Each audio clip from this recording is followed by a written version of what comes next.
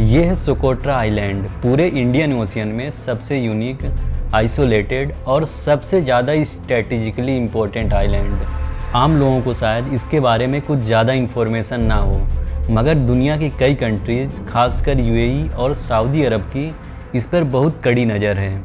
इस आइलैंड को alien island भी कहा जाता है, क्योंकि यहाँ पर पाए जाने वाले पेड़ पौधे पूरी दुनिया में कहीं नहीं पाए जाते। लेकिन यहाँ तो बहुत छोटी सी वजह है जो इस आइलैंड को इतना खास बनाती है। इसको सबसे खास बनाता है इस आइलैंड की जियोग्राफिक लोकेशन, और इसी वजह से इसको the jewel of gulf of Aden भी कहा जाता है। यमन से लगभग 500 किलोमीटर दूर और अरब सागर के बीच स्थित ये आइलैंड एक गेटवे की तरह है। पूरी दुनिया की 30% कंटेनर शिप्स इससे होकर गुजरते हैं। Daily about 3 million barrels oil Persian gulf से निकलकर इंडियन ओशियन में आते हैं। ये शिप्स अरेबियन सी को क्रॉस करते हुए गल्फ ऑफ एडन में आते हैं और फिर रेड सी से होते हुए सुएज कैनाल के जरिए यूरोप में पहुंच जाते हैं। तो जो भी इस आइलैंड को कंट्रोल करेगा वह असल में वर्ल्ड ट्रेड को भी कंट्रोल करेगा, और इसी के साथ ही अफ्रीका पर भी नज़र रख सकेगा, क्योंकि इसके बिल्कुल पास ही सोमालिया है। और इस रूट की सबसे खतरनाक चीज़ें वो है सोमाली पायरेट्स, जो अक्सर ट्रेड शिप पर अटैक करते रहते हैं। इस आइलैंड को कंट्रोल करके इस पूरे ट्रेड रूट को प्रोटेक्ट किया जा सकता है, और इस आइलैंड से सारी मिडिल ईस्टर्न डेवलपमेंट पर भी नज़र रखी जा सकती है। इसके अलावा आसपास की सभी शिपिंग कम्युनिटी के लिए ये आइलैंड बहुत बड़ा स्पोर्टिंग पॉइंट है।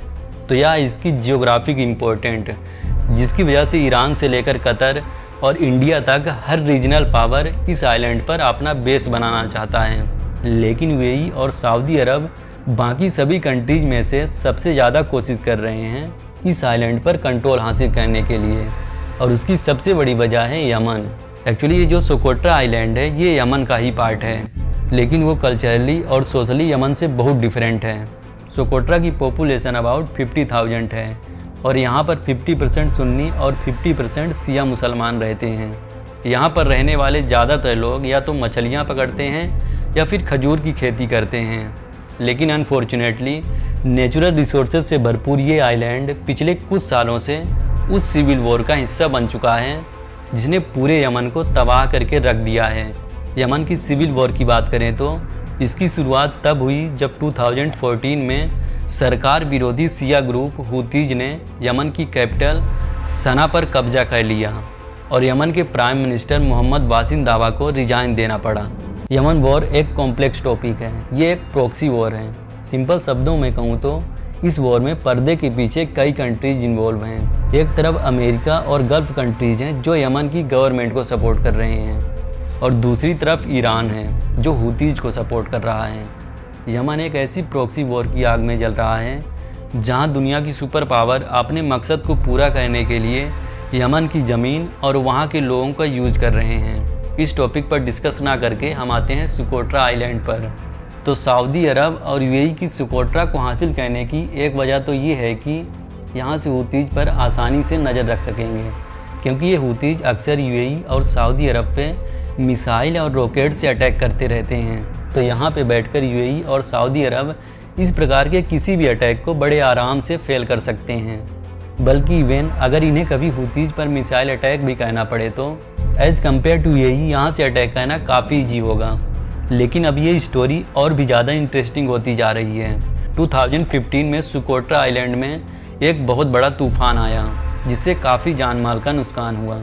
यही वो मौका था जिसका सऊदी अरब और यूएई ने फ़ायदा उठाया और ह्यूमैनिटेरियन एड के बहाने इस आइलैंड में इंटर हो गए।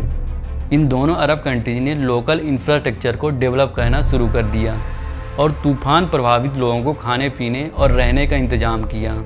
और सिर्फ यही नहीं, यूएई ने सिक्योरिटी के बहाने अपने 5000 आर्मी भी यहाँ पे तैनात कर दिए।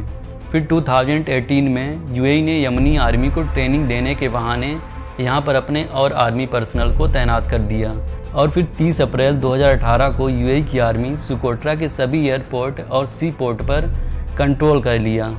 यूएई ने ना सिर्फ सोकोट्रा के बेसिक इंफ्रास्ट्रक्चर जैसे रोड, हॉस्पिटल और स्कूल में हेविली इन्वेस्ट किया, बल्कि इवन वहाँ के डॉक्टर, पुलिस और ब्यूरोक्रेट्स को सैलरी भी दी। यमन के गवर्नमेंट से नाराज लोकल पॉपुलेशन में यूएई के लिए काफ़ी एक्सेप्टेंस और हमदर्दी पैदा होना शुरू हो गई और उन्होंने यूएई की इन्वेस्टमेंट को वेलकम कहना शुरू कर दिया। दूसरी तरफ यूएई की हरकत से सऊदी अरब काफ़ी नाराज़ है, लेकिन ऐसा लग रहा है जैसे यूएई को शायद इस मामले में सऊदी अरब की ज़्यादा परवाह नहीं है। इसीलिए यमन के कई वॉर एक्सपर्ट के मुताबिक ऐसा लगता है कि यूएई अब सऊदी अरब के गोल से हटकर अपना खुद का कमर्शियल और स्ट्रेटजिक इंटरेस्ट देख रहा है। और इस बात का सबूत ये है कि यूएई यमन के पास मौजूद सभी चौक पॉइंट्स पर अपना इन्फ्लुएंस बढ़ाना शुरू कर दिया है। यूएई ने बावल मंडप स्टेट के पास मौजूद इस आइलैंड पर अपना एक एयरबेस भी बनाया है, ताकि यहाँ से न सिर्फ सोमाली पायरेट्स बल्कि इस रूट से आने वाली सभी ईरानी शिप्स पर भी नज़र रख सकें। दूसरी तरफ कुछ अनवेरीफाइड रिपोर्ट की माने तो इजराइल और यूएई मिलकर सोकोट्रा आइलैंड पर एक इंटेलिजेंस बेस बनाने का प्लान कर रहे हैं। सोकोट्रा की गवर्नमेंट पहले ही यूएई के इस इन्वॉल्वमेंट के अगेंस्ट काफ़ी कुछ कह चुके हैं। उनके मुताबिक यूएई लोकल सपोर्ट हासिल करके अपना अगला प्लान एग्जीक्यूट करना चाहता है, और वो है इस आइलैंड को एक टूरिस्ट स्पॉट बनाना। अगर सिंपल शब्दों में कहें तो यूएई सोकोट्रा आइलैंड को दूसरा यूएई बनाना चाहता है। ये खूबसूरत आइलैंड टूरिज़्म के लिए एक परफेक्ट स्पॉट है।